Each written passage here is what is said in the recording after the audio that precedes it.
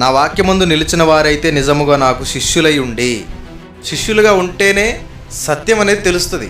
చాలామంది శిష్యులుగా ప్రారంభం అవుతారు, గురువులుగా చలామణి అవుతారు. కానీ ఇక్కడ ప్రభు ఏమంటున్నారు? మీరు నాకు శిష్యులుగా ఉండాలి అని యేసుక్రీస్తు వారు చెబుతున్నారు. ఎప్పటి వరకు? ఒక సంవత్సరం ఉండి తర్వాత నువ్వే గురువు అయిపో అన్నాడా?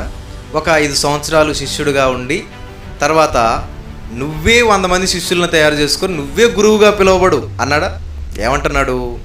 నిజముగా నాకు మీరు శిష్యులుగా ఉండాలి, నాకు శిష్యులుగా ఉండాలి. ఈరోజు యేసుక్రీస్తు వారిని గురువుగా భావించేవారు చాలా తక్కువైపోయారు. మధ్యలో చాలామంది గురువులు వచ్చేశారు. మీ బోధకుడు ఎవరు అని అంటే, మీ నాయకుడు ఎవరు అని అంటే, యేసుక్రీస్తు వారు మా నాయకుడు అని చెప్పేవారు కరువైపోయారు. యేసుక్రీస్తు వారేమో శిష్యులుగా ఉండండి అని అంటే, మనుషులు శిష్యులుగా ఉండి తర్వాత గురువులుగా మారుతున్నారు. గురువులుగా ఉండి తర్వాత యేసుక్రీస్తు వారి స్థానాన్ని దొంగిలించి వీళ్ళే దేవుళ్ళుగా చలామణి అవుతున్నారు. మీ సంఘంలో దేవుడు ఎవరు? మీకు వాక్యం చెప్పేవాడా? చూడండి, శిష్యులుగా ఉండేవారు లేరు.